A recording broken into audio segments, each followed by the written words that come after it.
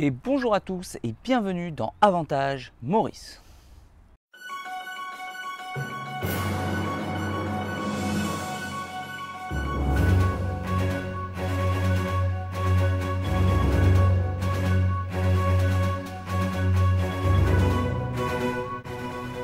Avec Maurice, le fan, Stat et le relou.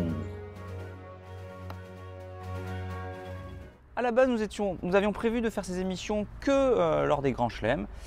Mais finalement, vu le talent de Roger, nous avons décidé de revenir plus vite. Il nous a obligés à revenir dans cette émission. Et bonjour à tous. Et bonjour. Salut, bonjour à tous. Salut. Bon, très rapidement, rentrée des classes à Dubaï et à Acapulco. Bon, des tournois qui ne resteront pas dans les mémoires a priori. À Acapulco, donc choc entre Djokovic et Del Potro. C'est Djokovic qui l'a emporté, donc sur le score de 4-6, 6-4, 6-4. Mais il est finalement sorti par la surprise, par la révélation Kyrgios au tour suivant. Mauvaise passe pour lui, mauvais calcul pour Djoko.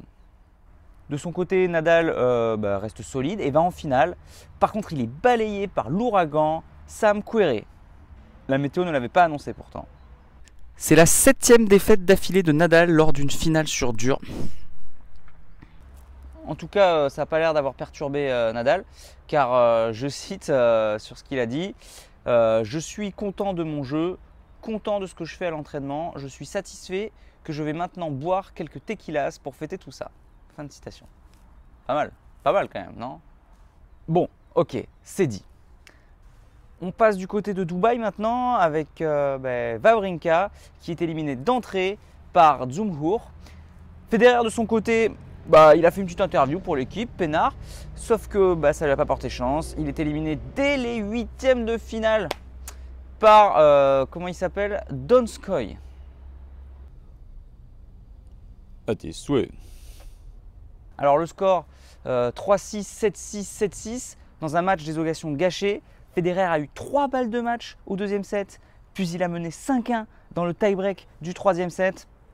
Fan, comment Federer a-t-il pu perdre ce match? Tu sais, c'est juste un accident de parcours.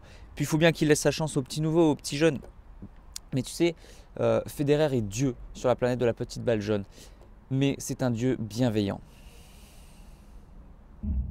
C'est Kong. C'est lui le roi ici.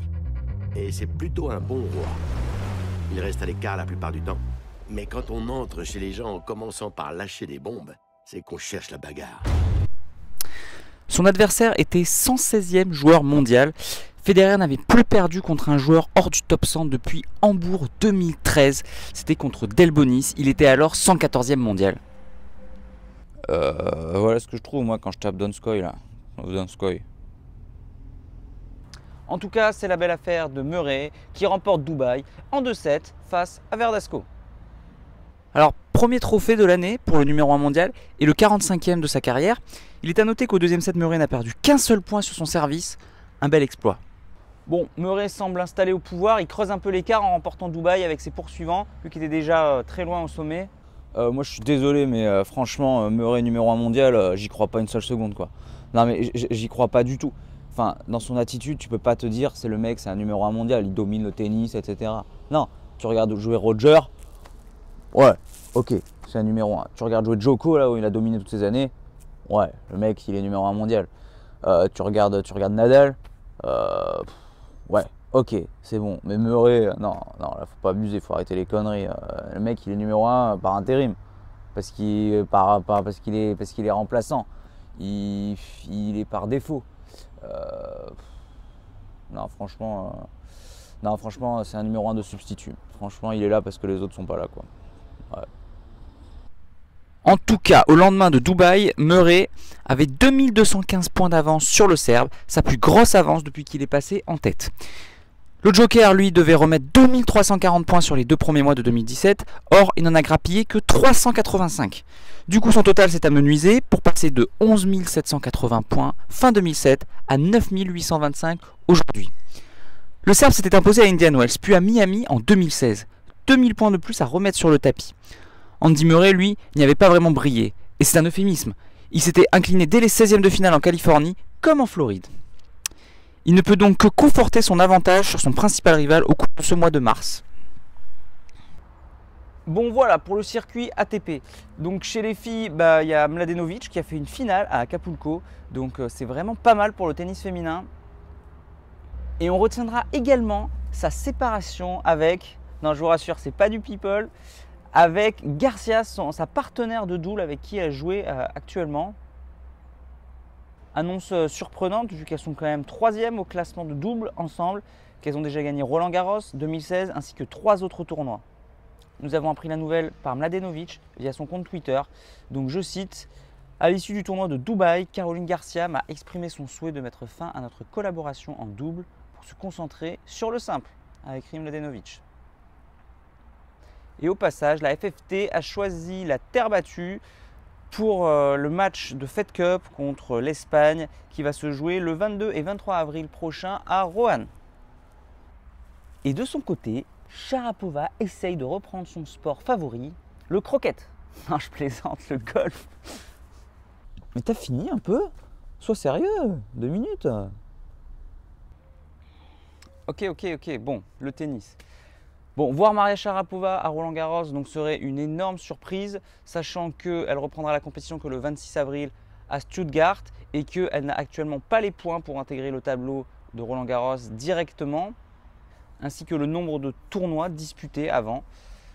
Sa seule chance d'y parvenir est d'obtenir une wildcard par la Fédération française de tennis, sauf que la Fédé s'est montrée très frileuse sur ce point. Écoutez le nouveau président.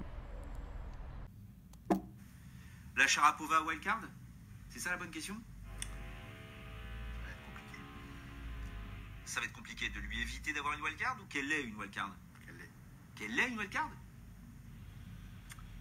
Aujourd'hui. On rappelle qu'elle est invitée à Hambourg, à Madrid, à Rome. Oui, mais Roland Garros, c'est Roland Garros. D'accord. On ne peut pas investir 1,5 million d'euros dans la lutte Contre le dopage? contre le dopage et... Bon, la décision n'est pas prise, mais Ouais. aujourd'hui... Là, vous allez faire plaisir à mon glouglou. Glouglou! Alors, on dit Murray parce que lui, il n'est pas du tout chaud là-dessus.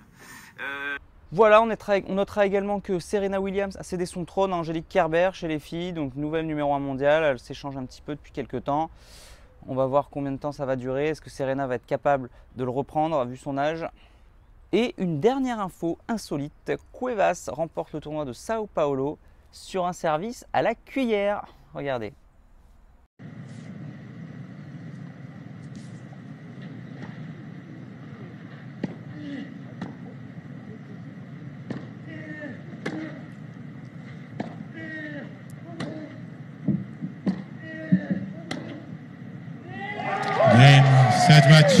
Voilà, c'est tout pour aujourd'hui.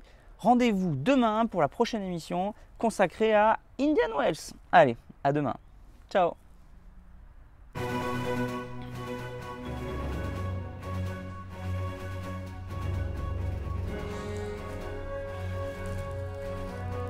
Ouais, ciao.